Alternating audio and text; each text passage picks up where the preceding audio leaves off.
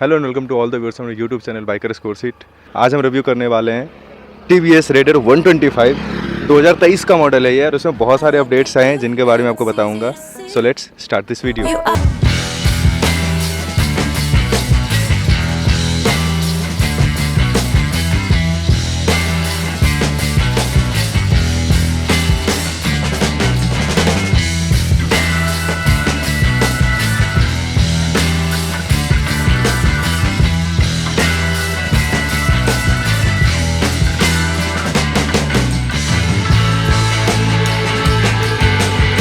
So now let's start this video from the front. सबसे पहले front का मैं बता दूं क्या क्या है।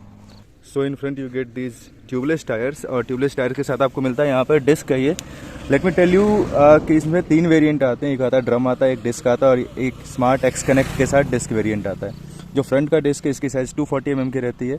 साथ ही साथ आपको यहाँ पर कैलिपर्स दिख सकता है जिस पर कोई नाम नहीं लिखा है पिछले साल की तरह ही, तो आप वी कैन अंडरस्टैंड कि ये TVS के ही इन हाउस आया हुआ ये कैलिपर है। फर्दर मैं बताऊँ आपको टायर के बारे में, तो इसका साइज़ 80/100 का है, 17 इंच के हैं, ट्यूबलेस हैं और ये एलॉय व्हील्स में आ रहे हैं। मूविंग अहेड अगर मैं ऊपर चलता हूँ थोड़ा, तो आपको दिखेगा कि यहाँ पर ये टेलीस्कोपिक फ्रंट फोक्स हैं। ज़्यादा थिक नहीं है, आई थिंक ये 33 mm के होंगे, उससे ज़्यादा के नहीं होंगे। बट 125cc बाइक है, you can not expect more than that. जो सबसे ब्यूटीफुल चीज़ मेरे को इसमें लगती है वो ये इसकी हेडलाइट लगती है। राइट नाउ यू कैन सी यहाँ पर आपको ये DRLs मिलते हैं। मैं एक बार आपको स्विच ऑन करके दिखा देता हूँ। दिन में आपको ज़्यादा पता नहीं चल रहा होगा, बट रात में आपको बहुत क्लियरली ये पता चलता है। DRLs अपाचे 204 भी पिछले साल वाला, मतलब 2022 वाला, वहाँ से इसको उठाया गया है मेरे हिसाब से। यहाँ बंद करने और ये ऑन कर दिया। अभी आपको थोड़ा बहुत फ़र्क समझ में आ रहा होगा। हेडलाइट की बात करेंगे, पर उससे पहले मैं आपको बता दूँ कि यहाँ पर जो टर्न इंडिकेटर्स हैं ये बल्ब के ही मिल रहे हैं पिछले साल की तरह। इस साल कोई चेंज नहीं है उसमें। और अगर बात करें हम रियर में आपको जो टेल लाइट मिलता है, टेल लाइट LED के मिलते हैं। लेकिन अगर मैं बात करूं टर्न इंडिकेटर्स के, तो ये आपको यहाँ पे बल्ब के ही मिलते हैं। यहाँ पर जो आपको की दिख रहा है, ये की से आप सीट को ओपन कर सकते हो। So further let's talk about the front का जो हेडलाइट है। इट्स रियली वेरी ब्यूटीफुल, दिखने में बहुत ही अच्छा लग रहा है मुझे। ये 2 आंखों की तरह लगता है, and right here it's looks like mouth. तो एक कॉम्बिनेशन ह्यूमन फिगर इसको देने की कोशिश की गई है। तो एक बार मैं इसको ऑन करके आपको दिखा देता हूँ। ये जो अभी आपको शो हो रहा है ये डिपर में शो हो रहा है। डिपर में क्या रहता है, दोनों ऊपर के जो LEDs हैं, इनफैक्ट मैं आपको बता दूं कि ये कंप्लीट LED हेडलाइट सेटअप आपको मिलता है यहाँ पर। तो ये अभी डिपर में है, तो दोनों ऊपर के लाइट चालू हैं। एक बार अपर चालू करना, अपर जब आप चालू करोगे तो ये देखिए ये वाली एक्स्ट्रा ऐड हो जाती है। So this is how it makes a lot of difference upper और डिपर में। मैं रात में भी आपको इसकी जो हेडलाइट की क्या क्वालिटी, मैं आपको एक अलग से उसकी वीडियो बना के आपको दिखा दूँगा इसके बारे में। So now moving it if I talk about the engine part, it's 124.8 cc का इंजन है। एयर प्लस ऑयल कूलिंग दोनों मिलती है। ऑयल कूलिंग कहाँ पे है ये मैं आपको दिखा दूंगा एक बार। Right now you can see here ये इको थ्रस्ट FI एक अलग से डिज़ाइन किया गया है TVS के द्वारा। जो FI है उसी का एक अलग सेगमेंट आता है इको थ्रस्ट FI, वो इसमें इंट्रोड्यूस किया गया है। जिसकी मैक्सिमम पावर ये जनरेट करती है अराउंड 11.4 bhp, और जो मैक्सिमम टॉर्क जनरेट करती है 11.2 Nm का करता है। Which is I must say for a 125cc bike is fine enough. क्योंकि आपको NS में भी अगर मैं दिखाऊँ तो NS में भी ऑलमोस्ट इतना ही आपको मिलता है। मूविंग गाड़ी ओपन चेन सिस्टम है, बट एक अच्छी चीज़ क्या है कि इसमें आपको मिलता है side stand plus main stand, दोनों ही मिल जाता है। ओपन चेन सिस्टम है तो आपको लगातार साफ़ करता रहना पड़ेगा। पीछे के व्हील की बात करूँ मैं, तो पीछे के भी व्हील्स जो हैं ये TVS के टायर्स आपको मिलते हैं इसमें। एंड दिस इज़ 100/80 का ये सेक्शन है, 17 इंच का है। सो ये रेडियल टायर नहीं है, नॉर्मल टायर ही आपको इसमें मिलने वाले हैं। सो जो मैं बात कर रहा था आपसे कि इसमें एयर प्लस ऑयल कूलिंग दोनों मिलती है। यू कैन सी ये जो फिन्स आपको दिख रहे हैं ना, ये फिन्स ये ऑयल कूलिंग के लिए काम करती है। ये जो फिन्स है ये एयर कूलिंग के लिए काम कर रहे हैं इंजन पे। और यहाँ साइड में आपको दिखेगा ये वाले जो फिन्स है ये ऑयल कूलिंग के लिए काम करते हैं, क्योंकि ऑयल जो इंजन ऑयल इधर आता है, यहाँ से एयर आती है, और ये एक फिन्स की तरह बनाया गया, रेडिएटर की तरह इसका यूज़ किया जा रहा है। और उससे इसीलिए जब आप जाओगे इसके वेबसाइट पे, TVS के वेबसाइट पे, या इसके बारे में स्पेसिफिकेशन आप चेक करोगे तो आपको एयर प्लस ऑयल कूलिंग दोनों शो करता है इसकी इम्प्लीमेंटेशन की वजह से। You can see right here कि यहाँ पर ये BS6 है, तो यहाँ पर आपको कैटालिटिक कन्वर्टर मिल जाता है। बाइक थोड़ी गंदी है मैं जानता हूँ। यहाँ फ्रंट में आपको ये इंजन काउल मिल जाता है, फाइबर का ये, और ये काफ़ी आगे तक गया हुआ है। सो डेफिनेटली ये क्योंकि फाइबर का है तो बहुत कुछ सेफ तो नहीं कर देगा आपको, बट ये अगर छोटे मोटे कंकर आते हैं या कुछ ऐसा आता है तो उसको जरूर बचाएगा, पहली चीज़। और दूसरी चीज़ ये कि इसकी स्टाइलिंग को इन्हांस कर देता है ये। सो अगर बात की जाए इसके बाइक के डायमेंशंस के बारे में, तो the seat height of this bike is around 780 mm। तो अगर शॉर्ट राइडर्स भी हैं उनके लिए भी कोई प्रॉब्लम नहीं आती इस बाइक में। और जिसका ग्राउंड क्लियरेंस है ना वही बहुत ज़्यादा 180 mm है, तो आप कहीं भी ले जा सकते हो इस बाइक को। आप गांव में ले जा सकते हो, जहाँ सड़कें टूटी हुई उधर ले जा सकते हो। कोई अगर बहुत बड़ा सा आपका स्पीड ब्रेकर आता है वहाँ भी ले जा सकते हो, कहीं भी कुछ नहीं होना, क्योंकि काफ़ी जगह है नीचे। आपको दिख रहा होगा काफ़ी जगह है नीचे, you can see right here. So multipurpose bike हो जाती है। स्टाइलिश भी है लुक्स में कोई परेशानी नहीं मुझे दिखती है, स्टाइलिश है लुक्स में, और साथ ही साथ माइलेज भी अच्छी मिल जाती है इस बाइक में। एंड वन मोर थिंग कि ये पावरफुल बाइक की श्रेणी में भी आ जाती है, बिकॉज 11.4 bhp काफ़ी पावर होता है अगर आप सिंगल ड्राइव कर रहे हो। अगर आप 2 लोग जाते हो काफ़ी हैवी हो तो फिर थोड़ी बहुत आपको लग सकती है पावर कम, अदरवाइज पावर में कोई आपको प्रॉब्लम नहीं दिखेगी। नाउ मूविंग हेड, अगर मैं बात करूँ टैंक की, तो टैंक 10 लीटर का है and you can easily get a mileage of around 55 to 60। सो वहाँ से आपको जो टैंक रेंज है वो ओवर किसी भी कंडीशन में 500 किलोमीटर से ज़्यादा का मिल ही जाना है। स्प्लिट सीट मिलता है इसमें, but seats are wide for pillion as well. Pillion के लिए काफ़ी जगह मेरे को यहाँ पर लगी, राइडर के लिए भी काफ़ी जगह। और एक बात जो है कि आगे से ये ना नैरो है, इसलिए अगर आपकी हाइट और भी कम है, मान लो कि आपकी हाइट 5 फुट ही है, तो भी आप इस बाइक को चला पाओगे, कोई इशू नहीं है। और अगर बात की जाए इस बाइक की जो सीट की कूजनिंग है, तो कूजनिंग बहुत ज़्यादा कुजंट नहीं आपको मिलेगा, बट फेयर मिलेगा आपको, बहुत ज़्यादा कुजन नहीं मिलेगा। बहुत ज़्यादा कूजनिंग होने से क्या होता है कि अगर आप लॉन्ग ड्राइव पे जाते हो ना किसी बाइक से, तो आपको बहुत ज़्यादा प्रॉब्लम होने लगती है। जो बाइक राइड करते हैं उनको पता होगी ये बात कि क्या प्रॉब्लम होती है, आपको बैक में प्रॉब्लम होने लगती है, बम में प्रॉब्लम होने लगती है अगर बहुत ज़्यादा कुजंट होती है। तो ये बहुत ज़्यादा कुजंट भी नहीं है, बहुत ज़्यादा टाइट भी नहीं है, मिड सेट पे है। आगे बढ़कर मैं बात करूँ इसके सस्पेंशन सेटअप की, तो सस्पेंशन सेटअप जो रियर में है वो मोनोक्रॉस लगा हुआ है इसमें। पीछे का जो सस्पेंशन आपको यहाँ से थोड़ा बहुत दिख रहा होगा, अंदर छुपा के रखा है, ये मोनोक्रॉस सस्पेंशन है। जो फ्रंट का सस्पेंशन ये टेलीस्कोपिक है। फीडबैक के बारे में आपको मैं अभी थोड़ी बहुत बता देता हूँ, बाकी राइड करते वक्त बताऊँगा कि फीडबैक ऐसा है कि हार्डर साइड पर नहीं है। अगर मैं बताऊं तो सॉफ्टर साइड पे मेरे को सस्पेंशन लगा, क्योंकि जब आप बाइक को स्टैंड से हटाते ही हो ना, मेन स्टैंड से, तो बाइक के वेट से ही गाड़ी थोड़ी दब जाती है। सो बहुत हार्डर साइड पे आपको सस्पेंशन नहीं मिलेगा, सॉफ्टर साइड पे मिलेगा। एटलीस्ट फ्रंट का जो है वो तो सॉफ्टर साइड पे ही है। रियर का भी हम चलाएंगे तो मैं आपको उसके बारे में फीडबैक दे दूंगा चलाते वक्त।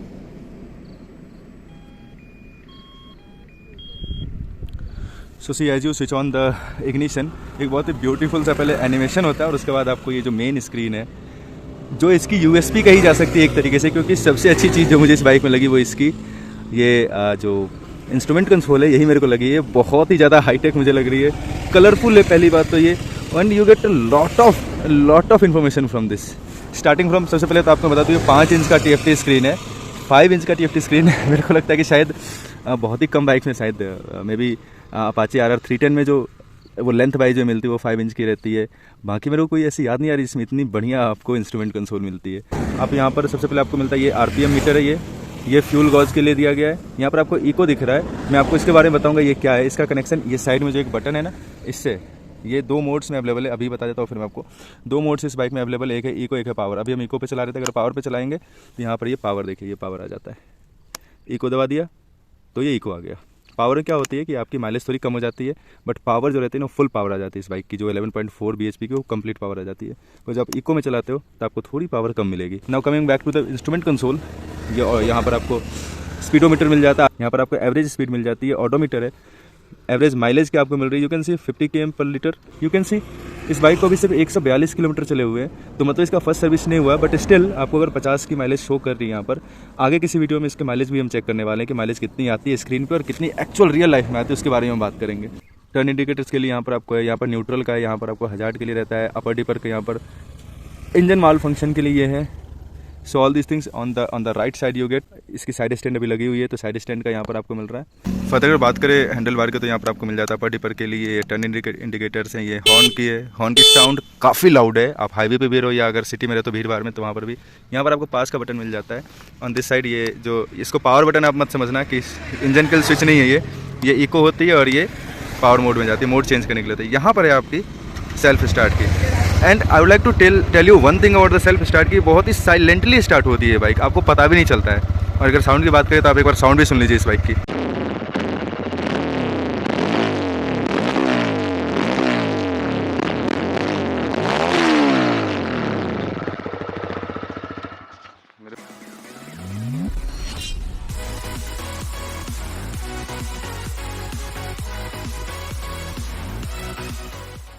सो आई होप आपको हमने जो वॉक अराउंड किया वो पसंद आया होगा। Now we will continue with the ride review of this bike. This is the bike, let me show you the key बहुत बढ़िया है, this is the key. So let's start this ride review from now. And let me tell you one more thing, जैसे देखो मैं अभी बैठा ना, तो ये बाइक नीचे चली गई, इसलिए मैंने आपको कहा था इसका जो सस्पेंशन है ना वो थोड़ा सॉफ्टर साइड पे है। एंड वन थिंग, जब ये ऑन होता है तो इसमें एक बहुत ही जैसे नोकिया के जो पुराने फ़ोन आते थे ना, वैसा एक साउंड भी आता है, तो वो मेरे को थोड़ा फनी लगा था। So now let's start. अभी हम इको में चलाएंगे, फिर हम पावर में भी इसको चलाएंगे। तो एक बार पावर चेक कर लेते हैं बाइक की।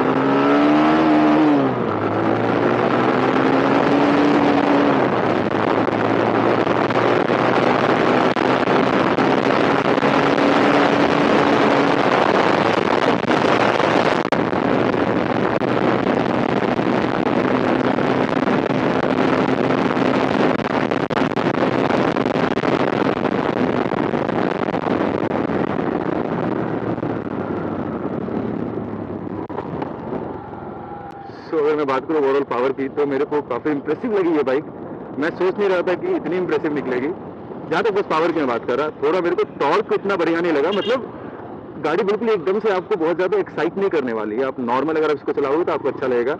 वैसे मैं 4th गियर तक गया था पर ये टर्न आ गया, उसकी वजह से हम इसकी टॉप स्पीड नहीं चेक कर पाए। इसकी टॉप स्पीड की एक वीडियो मैंने बनाई है जो कि आपको जल्दी अपलोड कर दूँगा, वहाँ से आप उसको चेक कर सकते हैं। अब बात करते हैं इसके राइडिंग कंपोजर कैसी। राइडिंग में मेरे को, क्योंकि मैं 6 फुट 2 इंच का हूँ, तो मेरे को थोड़ी सी ना ये बाइक ऐसा लगता है कि स्पेस कम लग रही है मुझे। स्पेस कम मेरे को मिल रही है इस बाइक में, क्योंकि यू कैन सी ये बिल्कुल ही टॉप तक आ गई। मेरी जो थाइज है ये बिल्कुल टैंक के टॉप तक आ गई है। यहाँ पर ये फंसने वाला नहीं ऑप्शन आ रहा मेरे को। बट अगर आपकी हाइट थोड़ी कम है ना तो ये इशू आपको नहीं होगी, ये इशू मेरे को हो रही है, सभी को नहीं होनी है, मैं आपको बता दूं पहली बात।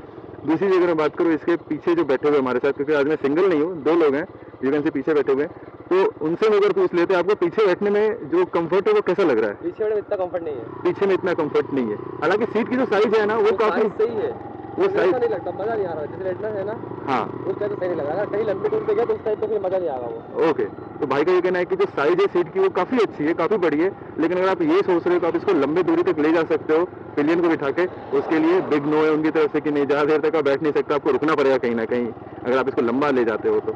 इसके अलावा मैं बात करूँ जो एक प्रॉब्लम मुझे दिख रही है इस बाइक में वो ये है कि इसकी जो गेयर शिफ्टिंग है ना वो मेरे को थोड़ा सा अटकता हुआ दिख रहा है, क्योंकि मेरे को फर्स्ट गेयर ढूंढने के ना कई बार मैंने जब दबाया तब जाके हुआ। और जो दूसरी प्रॉब्लम थी वो ये है कि अगर आप बहुत जैसे स्पीड कम करते हो ना तो उसके बाद आपको मान लो अगर आप 10-12 की स्पीड पे हो तो उसके बाद ये गाड़ी ना 2nd या 3rd गियर पे उठ नहीं पाती है। आपको बिल्कुल फर्स्ट गियर पे ही बाइक को ले जाना पड़ता है, तभी जाके बाइक उठ पाती है। ये एक प्रॉब्लम हो सकता है इंडिविजुअल इस बाइक की है जिसको मैं चला रहा हूँ, पर मेरी ये प्रॉब्लम इस बाइक में भी फेस हुई है। एक इसका वेट ना सिर्फ 123 किलो का है, ओनली 123 kg, जिसकी वजह से इसकी फ्लिकेबिलिटी बहुत अच्छी लग रही है मुझे। मैनेवर करना बहुत आसान लग रहा है। जहाँ आपको मोड़ना हो ना आप मोड़ लो, ट्रैफिक में बड़े आराम से बाइक निकल जाती है, स्पीड भी अच्छी हो जाती है। क्लच भी इसका, अगर मैं क्लच की बात करूँ तो ये थोड़ा ना हार्डर साइड पे, सॉफ्टर साइड पे नहीं है, और जो कि ऑब्वियस सी बात है क्योंकि ये डोंट हैव द टेक्नोलॉजी जिससे कि उसको कंपेयर नॉर्मल जो होती है ना हमारी क्लच, वैसे ही इसमें आपको फीडबैक मिलने वाली है। गियर जरूर थोड़ा सा टकरा, ज़्यादा नहीं है, but that is a negative point for this bike. Other than that इसकी अगर मैं माइलेज की बात करूँ तो ईजिली आपको 50 से 55 की मिल जाएगी। और ये अगर बात करते हैं इसके सस्पेंशन सिस्टम की, तो सस्पेंशन जैसे मैंने पहले आपको बताया था कि थोड़ा सॉफ्टर साइड पे है। सॉफ्टर साइड पे होने से क्या हो रहा है कि जब आप टर्न पे जाते हो ना तो आपको उतना कॉन्फिडेंस नहीं मिलेगा टर्न लेते हुए। अगर आप बहुत अच्छे, अगर आप ऐसा सोचते हो कि आप तेजी से जाकर बाइक को झुकाओगे और निकाल लोगे, वहाँ पर आपको थोड़ा कॉन्फिडेंस लैक करेगा, क्योंकि इसके जो सस्पेंशन है फ्रंट के वो बहुत ही सॉफ्टर साइड पे है। अगर मैं मिरर की बात करूँ तो पीछे का व्यू मेरे को काफ़ी अच्छा दिख रहा है। हालांकि मेरे हाथ दिख रहे हैं बट दैट्स फाइन इनफ, और ये आप चेंज भी करवा सकते हो। इनफैक्ट आप एक्सेसरीज के फॉर्म में दूसरे मिरर्स भी ले सकते हो। फर्दर मैं आपको एक बात और बताना चाहता हूँ, राइडिंग कंफर्ट में ना जो इसकी राइड है ना वो शायद मेरी बैक थोड़ी लंबी है, ये भी हो सकता है, जो भी हो आपको ना थोड़ा आगे की तरफ झुकना पड़ेगा। मतलब बिल्कुल आप स्ट्रेट नहीं बैठोगे, थोड़ा आगे की तरफ झुकोगे। और इसी के साथ मैं एक बार आपको ब्रेकिंग टेस्ट करके दिखा देता हूँ, ब्रेक्स कैसे है इसके, क्योंकि इसमें सिंक्रोनाइज्ड ब्रेकिंग सिस्टम यूज़ की गई है कि मतलब अगर पिछले तो आगे का ब्रेक लगेगा, दोनों ही कंबाइंड सिस्टम में चलती। ब्रेकिंग परफॉर्मेंस चेक करने के लिए मैं एक बार इसको 60 के आसपास ले जाता हूँ, और पहले मैं रियर ब्रेक यूज़ करूँगा और उसके बाद फ्रंट यूज़ करूँगा, फिर दोनों को कंबाइन करके यूज़ करके मैं आपको दिखाऊंगा।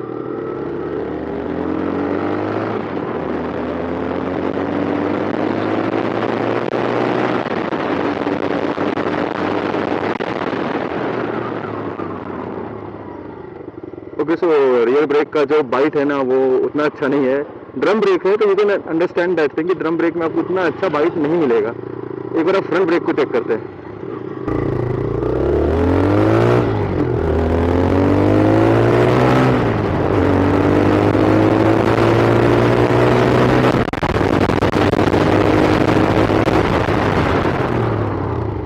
Okay, great. फ्रंट ब्रेक का जो फीडबैक है बहुत ही शानदार मेरे को लगा। एक बार मैं आपको दिखाऊं कंबाइंड ब्रेकिंग करके कैसी आती है।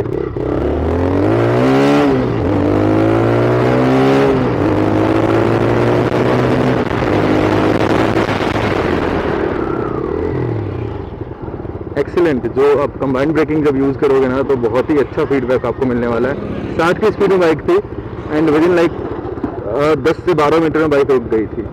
तो जब तक हम लोग यहाँ पे खड़े हैं तो मैं आपको एक सस्पेंशन का फीडबैक दे दूँ कि अभी बहुत सारे स्पीड बम्पर्स आए थे, वहाँ बहुत ही मक्खन की तरह ये बाइक निकल गई थी, कोई प्रॉब्लम नहीं आई थी। मतलब बम्प्स अगर आते हैं ना तो आपको सस्पेंशन की जो क्वालिटी वो अच्छी लगेगी, बिकॉज सॉफ्टर साइड पे है तो आपको कुछ झटका जैसा फील नहीं होगा, बड़े आराम से एब्जॉर्ब करती है और फिर वापस अपने नॉर्मल पे आ जाती है। सो दैट इज एक very good thing about this bike.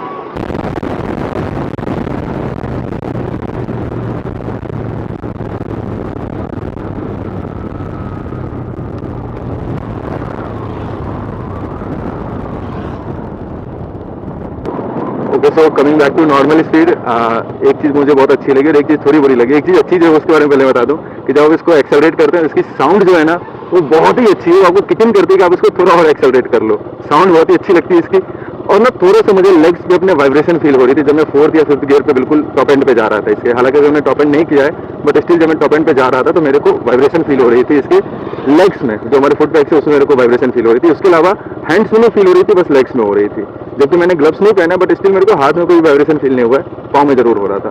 So this is something जो कि 125 सीसी बाइक में ऑब्वियसली रहती है कि and since this is a budget bike, this is not KTM 125, this is TVS Raider 125 budget bike है, तो आपको वहाँ पर ये थोड़ी वाइब्रेशन थोड़ी बहुत तो मिल जाएगी क्योंकि सिंगल सिलेंडर रहती है बाइक्स, तो मिलना ही मिलना है और टॉप एंड पे। और दूसरी बात और क्या है कि इसकी अभी सर्विसिंग नहीं हुई है एक भी, तो सर्विसिंग नहीं हुई है तो उसमें क्या होता है जब टॉप एंड पे जाते हो तो थोड़ा रिफाइनमेंट की कमी रहती है बाइक में।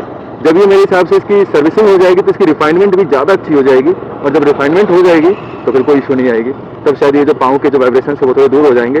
कुछ किलोमीटर और चलने के बाद मैं फिर से इसकी एक रिव्यू वीडियो आपके लिए लाऊंगा, दैट विल अराउंड जब ये 2-3 हज़ार किलोमीटर चल जाएगी तब मैं लाऊंगा, ताकि एग्जैक्ट मैं आपको बता सकूँ कि क्या 2-3 हज़ार किलोमीटर चलने के बाद फर्स्ट सर्विसिंग होने के बाद क्या क्या चेंजेज आए, क्या क्या इसमें बेटर होता गया है, उसके बारे में आपको अगले वीडियो बताऊंगा। टिल देन इस वीडियो को यहीं भी एंड करते हैं। टिल देन राइड सेफ, जय हिंद, और मिलते हैं नेक्स्ट वीडियो में।